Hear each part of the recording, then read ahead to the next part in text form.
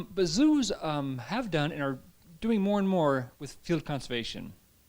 And hopefully when you leave tonight, you'll think, oh, you realize that the zoo is doing quite a bit in field conservation. Here we go. Field conservation? Yes. Soon. Oh, thank you. Yeah, and if there's any questions during the talk, please. We're going to go over a lot of different areas of the world, so please, if I talk too fast or you have a question, please stop me like like you did right there. Thank you. I'm going to start with a bit about the history of zoos and conservation. Because in the past, zoos were seen as arks, kind of akin to Noah's Ark. If species X, Y, or Z went extinct in the wild, they could be reintroduced or repopulated with animals from the zoos.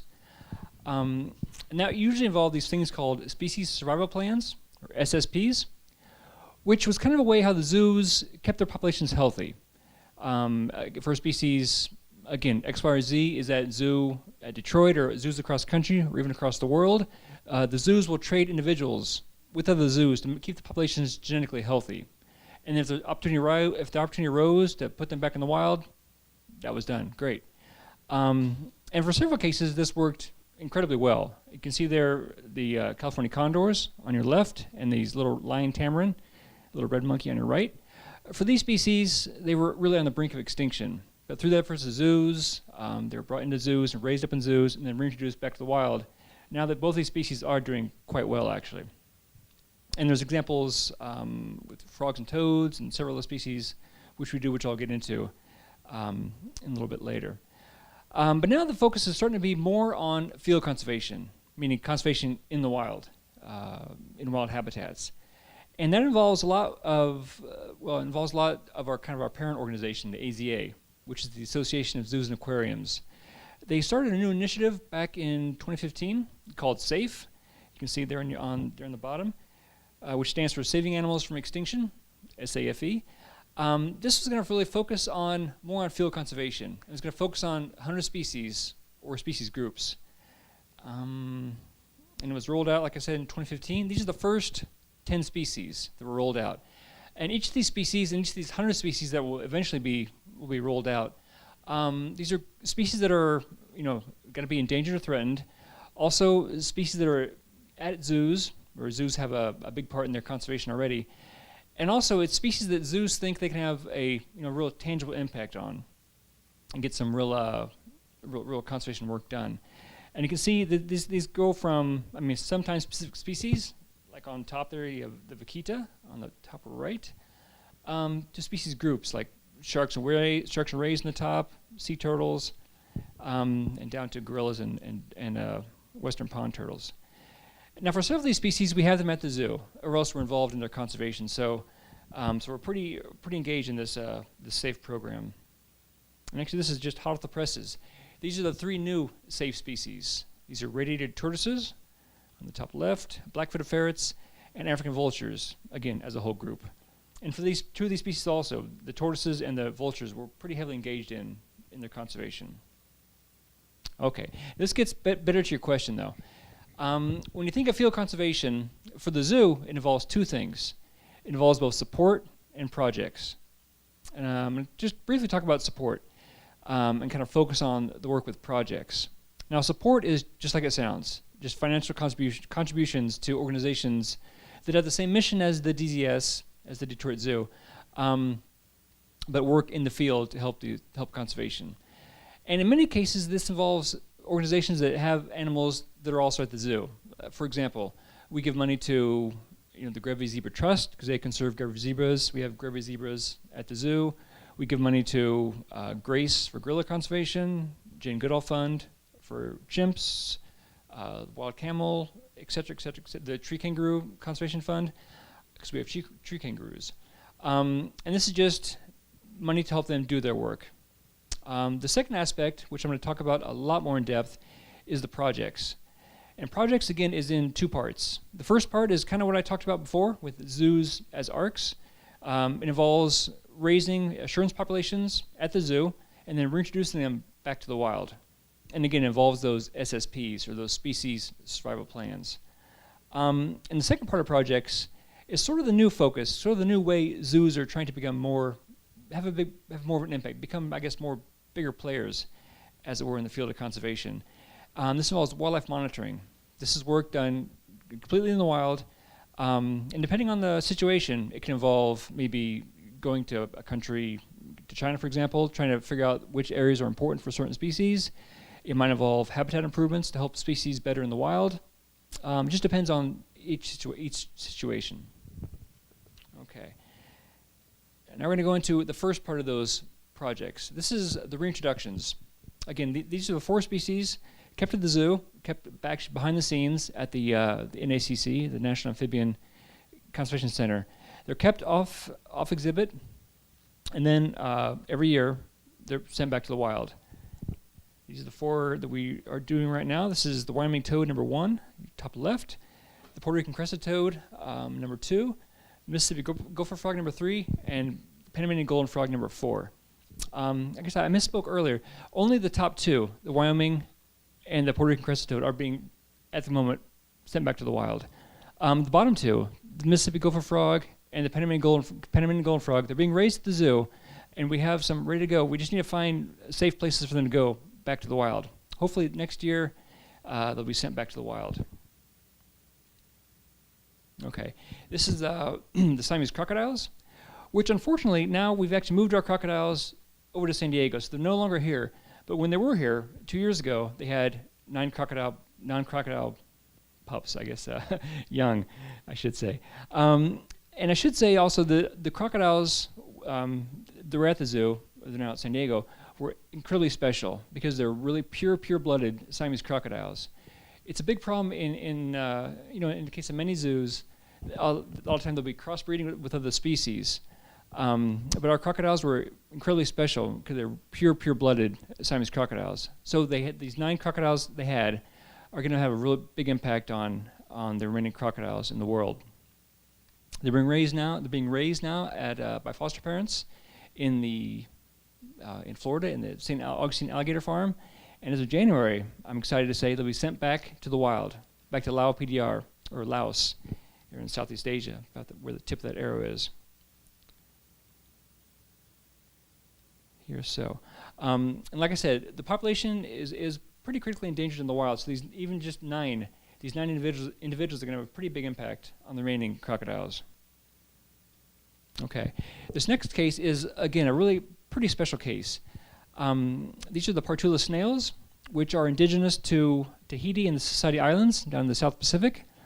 And this story kind of goes back to the 50s and 60s, when these islands were used a lot by naval bases and for sailors, and they wanted to have a better protein source. So back then in the 50s, 57 actually, they introduced these giant African land snails, these huge giant snails for protein to eat. The problem was these snails ran amok and started eating crops and became a real problem. So again, this is the genius of the military. They decided to introduce a second snail, the rosy wolf snail, to eat these first snails, and then problem solved, right? Now, of course, these rosy wolf snails didn't eat the giant land snails. Instead, they ate the Partula snails, which used to be incredibly diverse. Across the whole island chain, there were over 100 species of these Partula snails. And at Tahiti alone, there were 10, 15 different kinds of snails.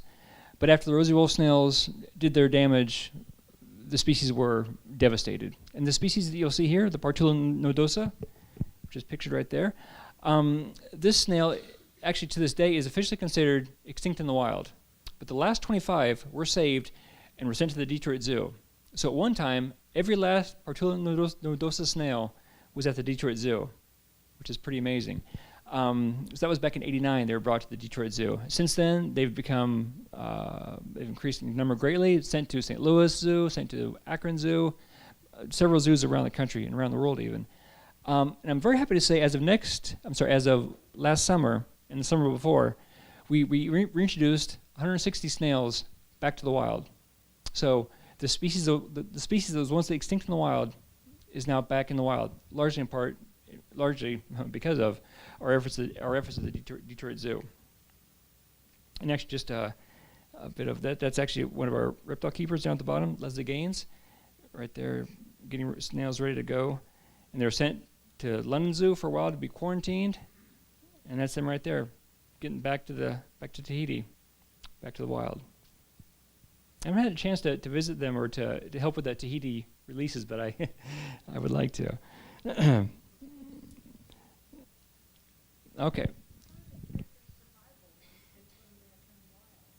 Actually, that's a great question. They actually number that where they put a little yellow mark on them to keep track of them. And these little snails, they're only about yay big, and they don't go very far. But they're thrilled if they go 4 meters in a couple days from where they're released. But I just heard I had a report a couple weeks ago from the workers down there, and they said they're really going well. Yeah.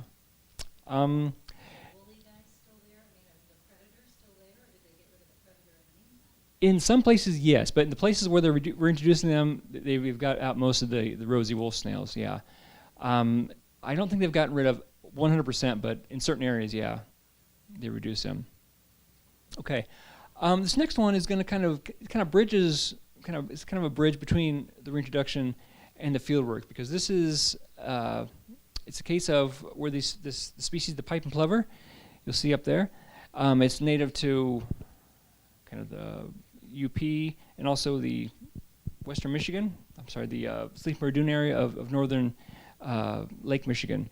The problem is areas where they have nests on the beach is also very popular with people and their dogs. So if a nest is disturbed, the mother leaves and the chicks are left, the eggs are left without any care. So the idea was if they take the eggs and then raise them in foster care and then reintroduce them back to the wild is a really good way to help the population, and it's worked brilliantly. The wild population's increased 5-10-fold, and it's really having a huge impact on saving these abandoned chicks, raising them, and then reintroducing them back to the wild. Okay, this is the more fun part though for me. This is the work that takes place in the wild. This is the project I just finished. I guess last fall, I suppose. This is work with the snow leopards in Xinjiang. That's the northwestern part of China. And this map kind of gives you an idea of snow leopard range. All these bits in orange and yellow. This is where this. Oh, I'm sorry. This is where the leopards are. Here and here and here. And here's the outline of China. This bit in black here. So you can see from this map that China is incredibly important to snow leopard conservation. It has the vast majority of the potential habitat and also the numbers of snow leopards. So really, if you want to do conservation work with snow leopards, you got to work in China. And then this mountain range here, it's called the Tian Shan Mountains, right where the stars are in the circle, also known as the Heavenly Mountains. This area was thought to be really important. You can see it links populations here in Kyrgyzstan with populations up here in Mongolia.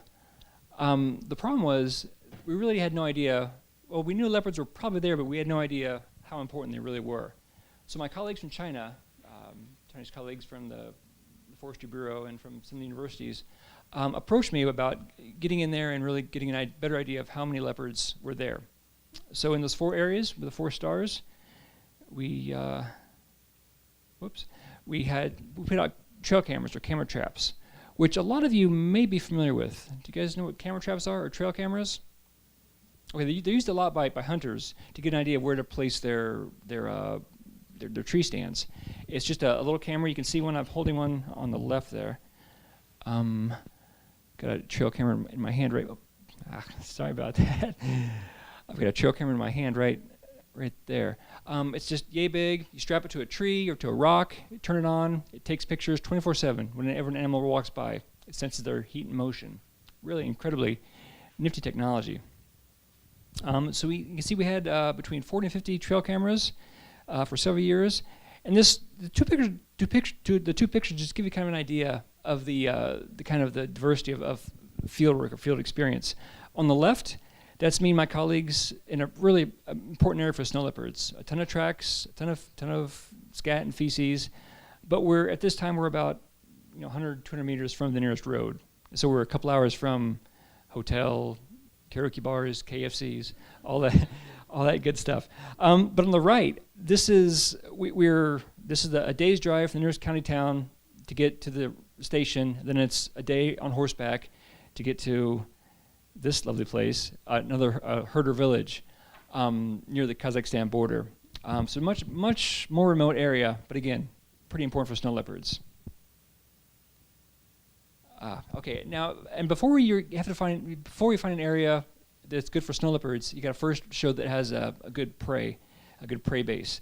And these are the species that leopards are eating. Actually, the most important species for them is the guys on top, the ibex, Siberian ibex, these beautiful horns.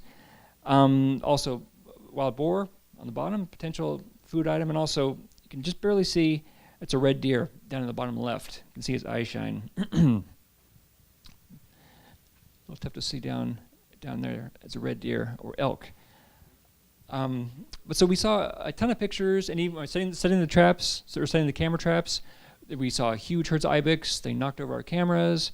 A ton of pictures, so we can know for sure there's a ton of ibex and a ton of prey for that matter, and a ton of leopards also. We got hundreds of pictures of leopards. Sometimes, like the one on the bottom there, we can see them doing behavior. He's marking a rock right there. Just really gorgeous pictures. Again, at all 4 study sites. And even video. Here's again a leopard. He's going to be marking territory. He's going to check his messages. He's going to send a P-mail here. And there he goes again. But yeah, between the pictures and the videos, we're able to kind of get an idea of how many leopards there are by looking at their spots, right? To try to figure out individuals. Because if you have hundreds of pictures of leopards, that's great. But if you have to know how many leopards that represents to get a really good idea of how many leopards are there. Now, if you're lucky, like this, you'll get 2 leopards in the same picture. It's a little tough to see, but you can see the one's nice tail, and the other one's see the eye shine, the one on the right. But again, if you look at flips of the pictures, it's clearly 2 leopards. So we know at this place for sure there's at least 2 leopards. Otherwise, you go through the cameras, or go through the pictures, which does take time, but eventually you get pretty good picturing, figuring out or even seeing the spots, and after a while they do look pretty distinct. And here's just kind of a busy slide, but this just kind of shows the data we got. Here's again our 4 study sites. These again stretch from west to east with the number of cameras. Let me show you this number of cameras in this column here. Number of images or pictures of leopards, and these images, they're independent. So if a picture is taken of a leopard and then an hour goes by, another picture, that's independent. So that's what we count as independent images. The next part is number of individuals, at least 3, 2, 3, which is pretty good. Even this one here with an asterisk, my Chinese colleagues who had additional cameras outside of ours. So in our area, we had up to 20 individual leopards in a fairly small area, 100 square kilometers, which was incredible. And this next column shows kind of a bit of a survey effort, the camera nights, which is essentially the number of cameras times the number of nights are out. If you have 5 cameras out for 5 nights, you have 5 times 5, or 25 camera nights. So that's just what this column is. And this next column is kind of an idea of again, survey effort, but to be able to compare it to other studies. You take the camera nights, take the number of images, divided by 100 camera nights, and it gives you a pretty good metric of how to compare it with other study sites. And that's what we did here. This is, again, our study is in yellow there, or orange, and it's compared to other study sites from around the world, or around the snow leopard range. India, Mongolia, China, Nepal, Kyrgyzstan, Kazakhstan. And you can see our study sites in yellow are pretty high compared to other sites, which we're pretty psyched about. And even the bottom one from Wushu, China, down here, this actually is a little misleading because it looks pretty low, but actually encompasses 2 valleys. The one valley, a ton of mining, no leopards. Other valley, no mining, a lot of leopards. So if you throw out the valley with the mining and just look at the valley with leopards, this gets more respectable, gets up into the 1s and 2s, kind of mid-table up here. But in any case, we were pretty psyched. My colleagues and I were really happy to find these areas really important for snow leopards, which, I mean, we just published this data actually in October in a journal called Oryx to show that these areas are really important for snow leopards, which alone is pretty good. You know, published a paper, great. But my colleagues were really kind of pushing, and I was thrilled to help out. We really want to take these data and then apply for protected area status. These mountains, the Tian Shan Mountains, there's really no protected areas. It's all owned by the State Forestry Administration, but there's no official nature reserves. So we took our data, the ibex, the snow leopards, and we applied for protected area status in these 4 areas right here. I'm sorry, 3 areas, with 3 more coming pretty soon. So if, like I said, it's a whole process. It's got to go through the Chinese government. It's got to go through proper channels. It'll take some time, maybe, but it's if and when it does happen, I'll be pretty psyched to be able to set up these protected areas from our data. Okay, so our next focus, actually the current focus, is some work we did down in the Falkland Islands with penguins. Okay, and just to get everybody's oriented, here's the Falkland Islands. They are, it's a little hard to see, but I'm sorry. They are right here, about 200 miles east of the tip of South America. Incredibly remote islands, but incredibly biodiverse. There's these current upwellings, so incredibly nutrient-rich water surrounds the islands. So there's fish, whales, dolphins, seabirds, penguins, incredibly biodiverse area. And so we were thrilled to get down there and get out to the far remote west. In red there, you'll see. Now, I mean, the Falklands, I should back up a little bit. The Falklands themselves are pretty remote, but we had a chance to get way out here to the remote west, so we were just thrilled. And just to get more bearing straight, here's the capital Stanley in the east, where international flights fly into. Okay, if you remember, the field conservation had 2 parts: support and the projects. And for several years, we gave these guys support, because these Falklands conservation organizations support, because they conserve species that we have at the zoo. They conserve king penguins, gentoos, what else? Rockhoppers, macaroni penguins we have at the zoo, and they also conserve them. So we gave them money for several years to help them do their work, which was great. But I really was thrilled when we approached them with the opportunity, or I guess I should say, we heard they had some new islands they had just purchased, again, way off in the far west, in yellow now, right up here. We heard they had these new islands, and we knew they were already stretched pretty thin. This map shows all their study sites they keep track of, these circles in black. So for a small organization, they are spread across the whole Falkland Islands. So we heard they had these new islands in the far west. We approached them and said, okay, we'd love to help you out and collaborate on an expedition to get to these islands. And so they were thrilled. And it took a little bit of finagling and MOUs and planning, but last December, we got there. Again, like I said, international flights to Stanley, and then from Stanley, a small charter flight to the island, and then a boat. And here again, here's those far western islands. They surround a place called New Island. And the real focus was the one on top, North Island, because this island was really special. We knew there were rockhopper penguins were there, but we didn't know how many were there or how many colonies there were, because this island is incredibly remote. It's pristine, though, has never been grazed, never been grazed by cattle or sheep, so we knew it was a pretty special place. And also, in part, because, again, it's so remote that they told me that it's more likely that more people landed on the moon, landed on North Island, which really made me pretty happy. Here's us. Really what's that? Really I was really there. You'll see soon. Okay, here's the landing on North Island.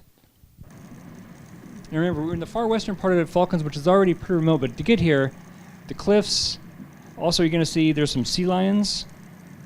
Just a second, right there, which are a hazard also. Head right towards them. The only place to get up is that little rock ledge. That's the only place we're going to get up. Right there, rock face, rock face, rock face, rock face. Ah, incredible place. Yeah, only landing spot. It's right there. So we wait, and also as we go up, these sea lions are resting up in the tall grass and coming down sometimes. So you have to be very, very careful. Yeah, but no, we get there eventually. I swear. Okay, and like I said, this place we knew it was important because it had these colonies. I mean, you can see these colonies from Google Earth. There are some rock hopper penguins in the center there. There's a better picture. Next to black-browed, because they're eyebrows, the black-browed albatross. We knew it was an important area for these albatross as well, so we really were, like I said, keen to get there. And like you saw, it was really tough to get to the island. I mean, to land there is almost impossible. It's also difficult because in between the colonies, you have this tall Tessa grass. See this grass right here up on top there, which doesn't look so bad there, but if you can see here, it is incredibly tough to get through. And so between each colony to go 100 meters takes you, half an hour at least. So my colleagues at FC, Falklands Conservation, they had the idea of using a drone to survey the penguin colonies. And I'm happy to say it worked brilliantly. Here's actually the inaugural flight. This is Charlie Ramsey, who joined me. He's a bird keeper at the zoo. Just started. There we go. And you can hear the colony in the background calling. Okay, Charlie. I mean, we practiced at the zoo. We had the drone up, 30 meters up, 30 meters out. But we had this drone up, a couple hundred meters up to a kilometer out. So we really used it really well. And there it goes. And it sounds a little loud, but I mean, the birds didn't seem to mind at all. We were usually at least 58 meters above the birds, so they didn't seem to mind at all. He's going to go. There's a Falklands Conservation colleague. You can see our boat in the distance here pretty soon. There's our boat, our base boat. And you can see from the water, I mean, almost like glass. We were so lucky for several days of perfect weather. I mean, the Falklands is known for its windy, rough conditions, but we had really ideal weather. And there's a penguin colony.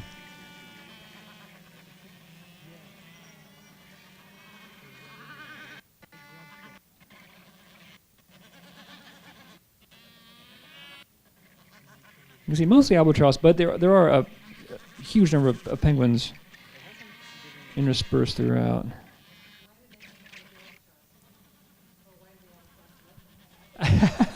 That's probably the better question. I don't know.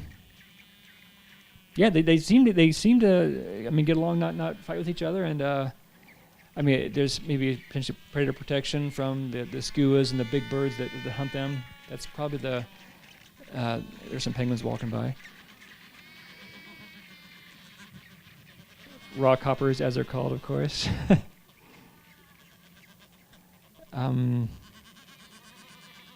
But yeah, the drone worked brilliantly. Here's that same colony from the drone's eye view.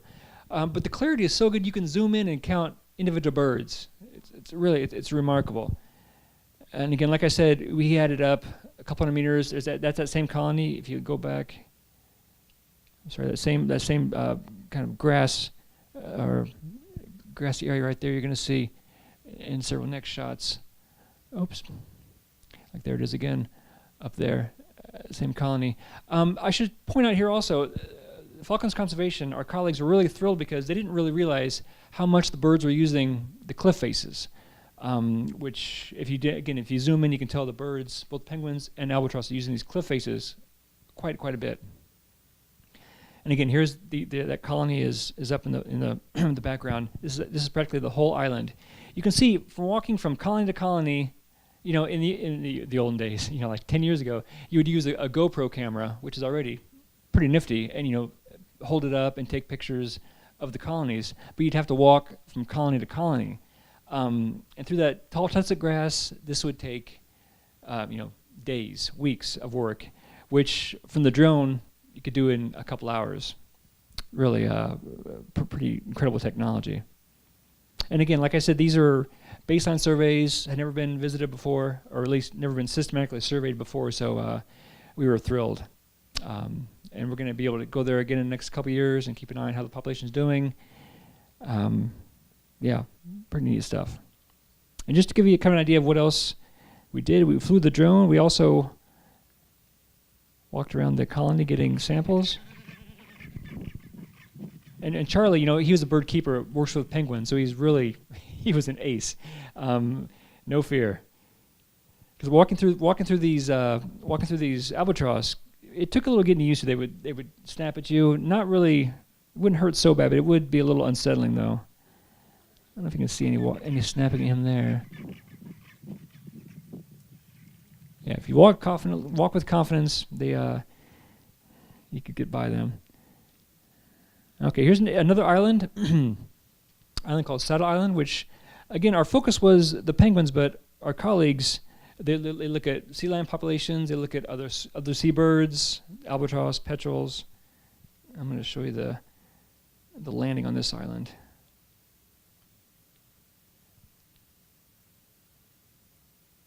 If I can figure it out. There we go. Again, more sea lion problems, but again here you have a beach to get onto, so it's much less of a worry to avoid the sea lions.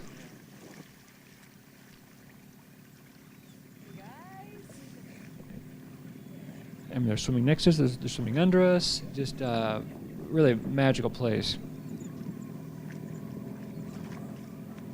No, I mean, if you got between them and the water, they would potentially bite you, but we avoided that. Definitely. Because our colleagues had said, well, it probably won't happen, but if you get bit, you probably have to be helicoptered out because it'll go septic and it would be pretty nasty. But it's like, don't worry about it, but worry about it. Was kind of how they put it. But yeah, I mean, they wouldn't, directly come after you unless you went after them. But if you did bother a sleeping one or a resting one, they would potentially lunge at you. But again, like I said, that first island with the big cliffs, really hard to get to, that one was, again, never grazed. This one was grazed lightly. You can still see a lot of Tessa Grass, but it was grazed lightly throughout the years. That's what we did next here. Whenever there's humans grazing, there's always almost likely going to be rats and mice. And if there are rats and mice, they do a really bad damage to these tunnel nesting birds here. So we're using an endoscope here, which is essentially just a camera on the end of a tube, which he's doing right there. He's sticking it in there to get a look at the nest. I don't think I have a great picture of it, but I can just tell you that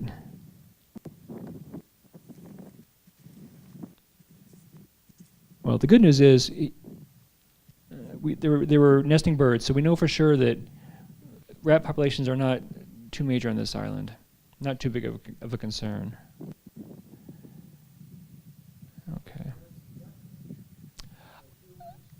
Yeah, probably ships mostly.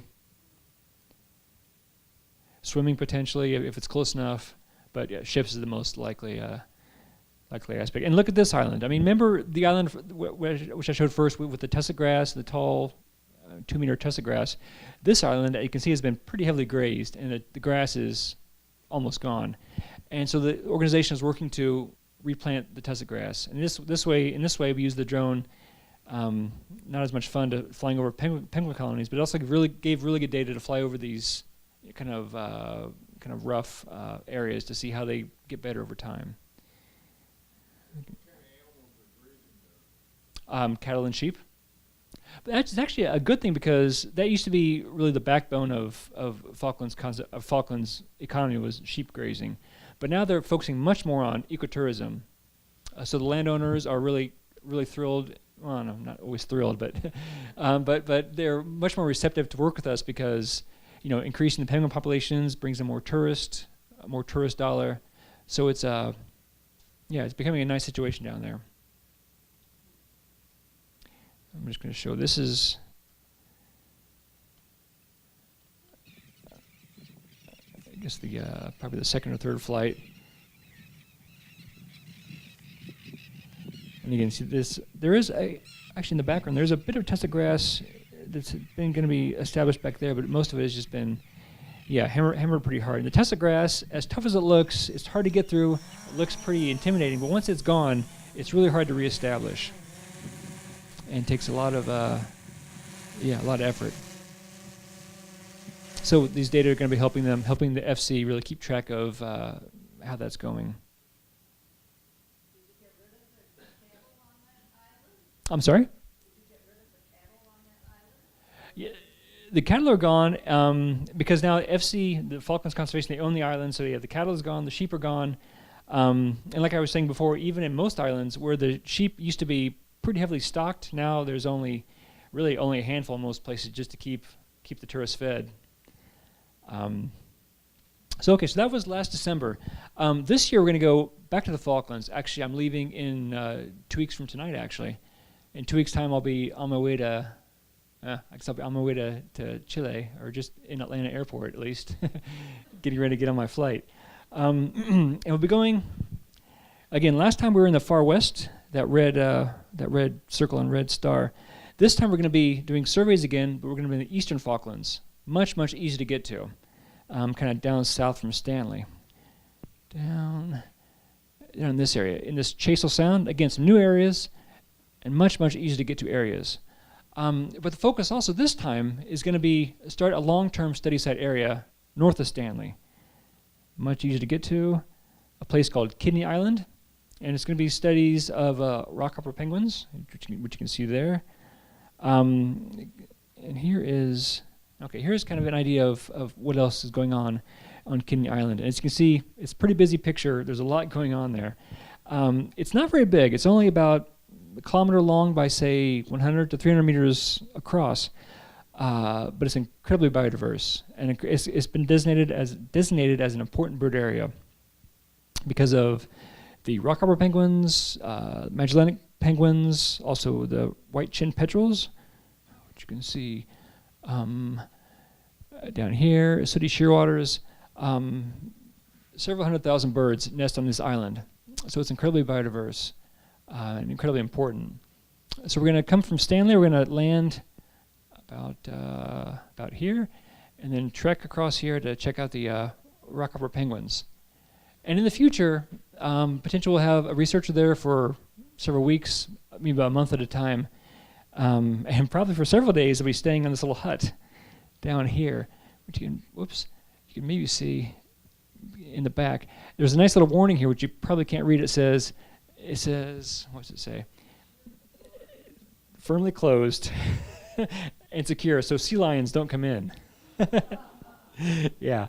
And again, going to the bathroom at night would be an adventure also, I'm sure. So when I get back, maybe next January, I can tell stories from the hut on Kidney Island. Are those sea lions in the Tessa Grass right there? That other picture that you got at the bottom there? Yeah, I mean they usually. I see spots, but I can't really tell what they are. So is that what that is? Yeah, definitely. That's one right there, resting right in the grass. Yeah. Yeah, because they'll go out and forage, and they'll come back and rest again, right around the hut there. So it could be a bit of an adventure. This, like I said, this will be a long-term study site. We're not really sure yet what we're going to do. That's part of the point of this journey in a couple weeks, to kind of try stuff out and see what will work. Potential ideas are to put GPS collars on the penguins, again, to track where they go to forage. So we can protect these areas, hopefully set up, again, marine protected areas to protect their foraging areas. Maybe we could work with our veterinarians at the zoo, do some health analyses, potentially even with our welfare folks at the zoo, do some, see how they're doing welfare-wise. Really, given its closeness to Stanley, there's going to be a lot of potential for long-term study. What's the temperature down there? You're going to be there the first weeks of the summer. Exactly, yeah. So it's going to be, fairly reasonable. 40s, 50s in the day, 40s at night. The wind is almost always a cold, pretty intense wind. So Yeah, not too terribly cold, but chilly enough, for sure. Okay. This is much closer to home, though, is work we've done since 2007, I suppose, with common terns on the Detroit River, Lake St. Clair. Now, back in 2007, when it started, common terns were only nesting in one place, Gros Isle, down the bottom circle down there. That's the only place they were nesting. In the past, I mean, historically, common terns nested in the thousands, tens of thousands, all across the Detroit River and Lake St. Clair. But this time they're only in Gros Isle. So we decided to make some habitat improvements to increase nesting quality in two areas. At Belle Isle, there on top, and also, most importantly, at two lighthouses in Lake St. Clair. So it meant getting rid of some of the grasses, adding gravel, in some cases putting a predator-proof fence around. Of course, at the lighthouse, that's really not necessary. And as you can see from the lighthouse picture, they're now being used. Picture shows here, this is hundreds of pairs of common terns using this area to nest. They're fledging 1 to 2 chicks per pair, really an important area. And actually, from conversations with some local common tern experts at U of M, it looks like the Gros Isle, remember when I said 2007 only nesting at Gros Isle? This colony actually is not, I mean, they're still laying eggs, but hardly any chicks are surviving. Probably because it's downriver from the Rouge River. So it's a little polluted, both industrial pollution, light pollution. So whatever the case, these colonies down at Gros Isle are essentially doing nothing. So it looks like the work at Belle Isle, and especially the work at this lighthouse, is having an incredible impact on common tern conservation. Okay, even closer to home. This is work that's just started this past summer at Detroit Zoo to look at bats and see how bats are using the Detroit Zoo. Also, I should say, I kind of got the impetus or the inspiration to start this project because we're going to turn the old penguinarium into a new bat center, a new bat conservation center. Hopefully that'll start, at least the planning will start next year. So I kind of want to see how wild bats were using the Detroit Zoo. How many species were there, if they're using it to forage, to socialize potentially, roost even. And so we really weren't sure what bats are using it.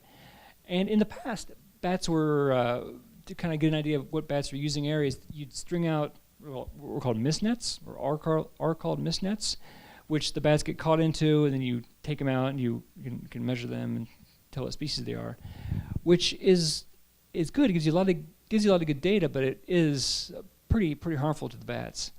So we were able to use something which is right there. It's an acoustic monitor, which is again an incredibly nifty technology. You can buy this yourselves off the rack. This is from Wildlife Acoustics. You can plug it into your iPhone, your iPad, and then turn it on. If a bat is there, the call shows up right there. It shows the intensity on top. Up here is kind of a little hard to see, but it's kind of showing you the intensity of the bat call, and then down here it's showing you the frequency and the structure of the bat call. And from this, it pops up right there what species of bat it is, which is really pretty incredible. I mean, sometimes there's multiple species calling at the same time, multiple individuals. It can get a little difficult to tease apart who is who, but it works pretty well, especially in areas like this where the bats are pretty well studied already. Now for this, it's a little trouble because here you have to walk around with your iPad, your iPhone, and listen or look for bats. So we're going to use these, which are, excuse me.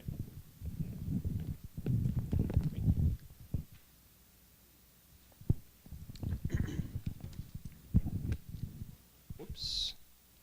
There we are. This is more of like a passive monitor. It kind of looks more like those camera traps I showed before, getting pictures of the snow leopards. It's about the same size, but so you strap it again to a tree or to a post, hook up a microphone, and then all night long it records bat calls. And then again, you can use the same technology to download it to your computer. The species ID comes up Again, really pretty incredible way to give a pretty good kind of robust idea of how many bat species and how many bats in general are using the Detroit Zoo. So that's kind of the first step. Eventually, we'll compare the Detroit Zoo bat community to metro parks potentially, other urban areas, cemeteries, parks. Just try to get an idea of how bats are using these green spaces in urban areas.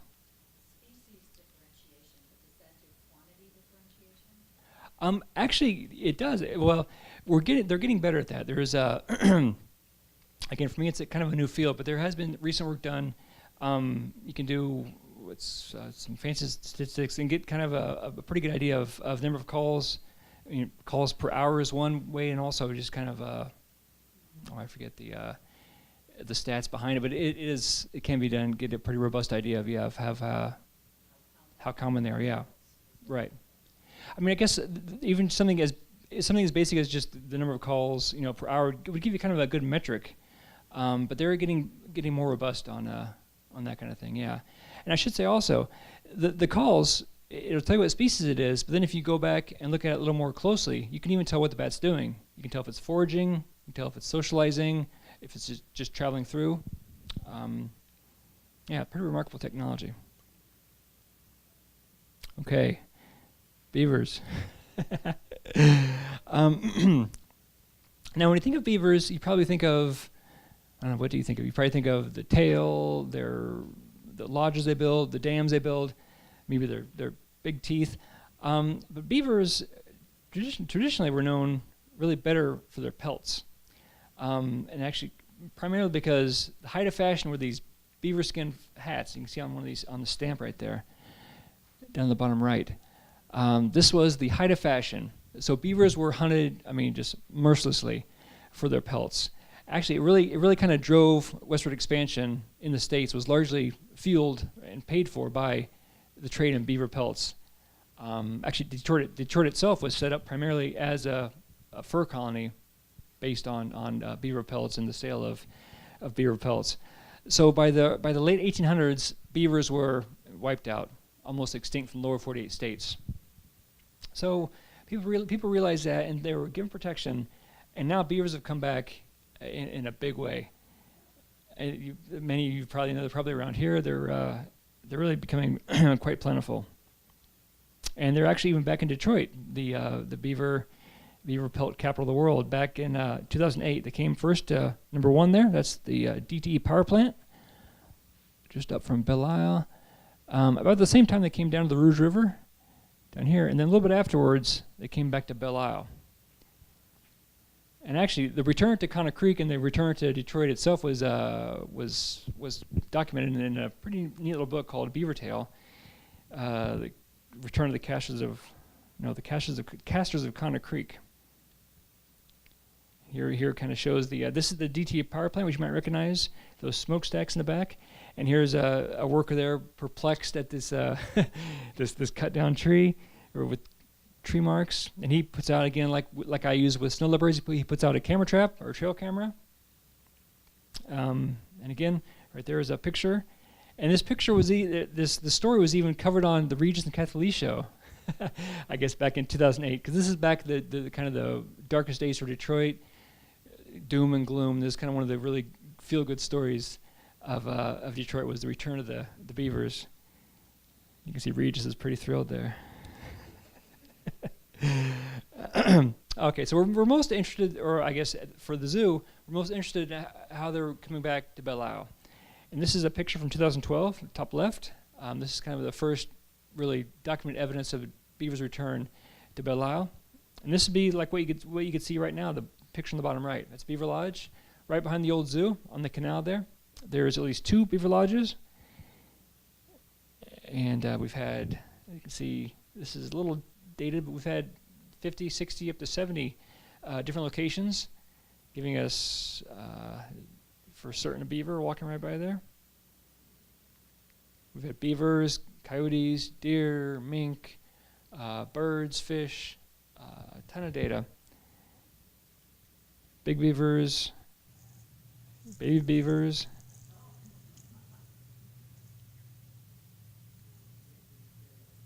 Yeah, cute stuff, huh? So we've had a ton of pictures, but we really want to get a better idea of how many family groups are there and kind of a better idea of what the beavers are doing. So the next step is to get cameras actually inside the beaver lodges.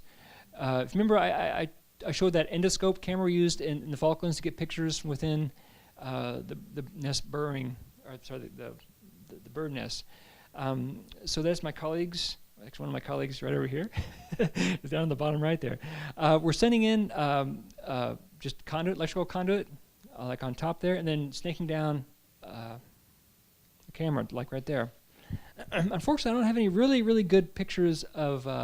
We do have footage of beavers inside the lodges, but it's a little rough, and it just kind of. We had a case where a beaver looks like it fell asleep right in front of the camera and blocked the camera. So we got to find the right area to give us a kind of a nice big. I mean, I kind of pictured you put it in the camera, have a nice big view of like the beaver living room, a couple of beavers.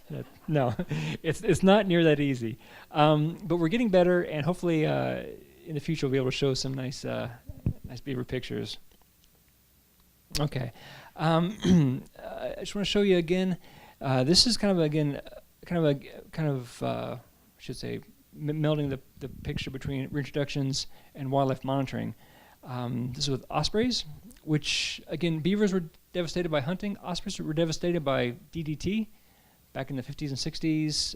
Osprey populations, bald eagles for that matter, a lot of these raptors were almost extinct. But then DDT use was stopped as a pesticide, and they've both come back in pretty substantial ways.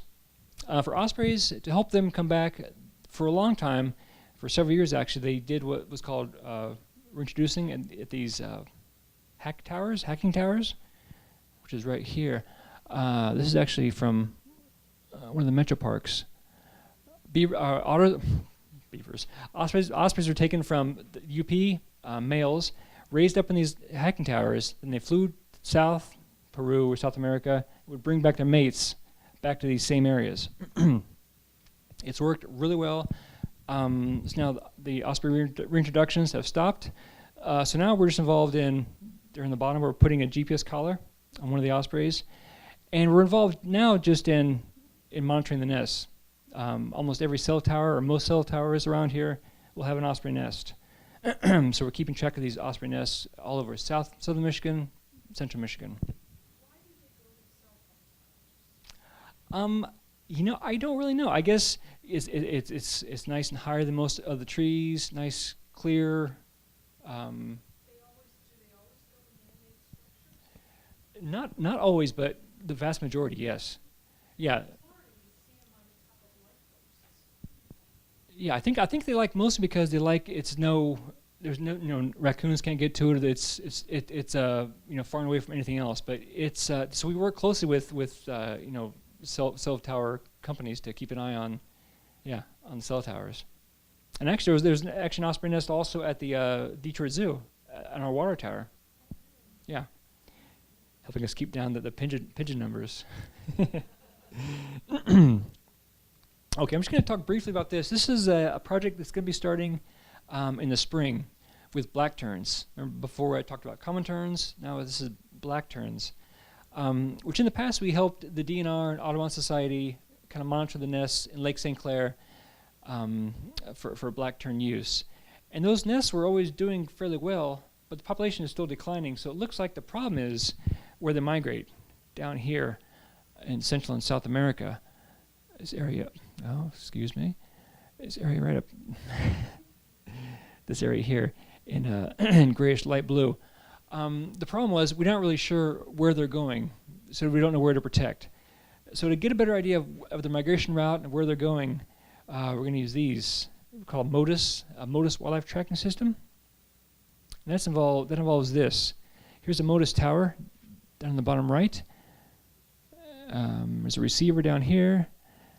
Tower, some antennae, and this map up here is showing kind of the coverage. All these yellow bits are existing MODIS towers, and this is actually a worldwide system of these towers with a pretty broad coverage. And if you zoom in, you can see there's kind of a blank area where we're going to put one at Belle Isle to get kind of a better coverage and see where the birds are going to. And here's an example of these species are not species we're going to work with, but just kind of giving a better idea of what it involves. It involves a little nano tag on the back of that thrush. You can see right here. Tiny little tag. I mean, it's so small you can even put on monarch butterflies, dragonflies. Incredible. Bats, birds.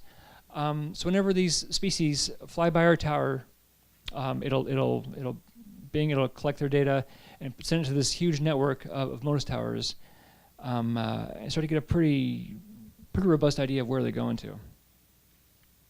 So like I said, that'll be starting in the spring. Okay, and that's really all I have. But there's many more projects done at the zoo. I hope you have a much better idea of conservation work at the zoo. For more info, though, you can check out our webpage. On the homepage, under Animal tab, check out our conservation. It breaks down conservation for amphibians, reptiles, mammals, birds. Also, there's a blog on there. Whenever I go to China or to Falklands, I write about that on the blog, Notes in the Field. So, thank you very much. Yes?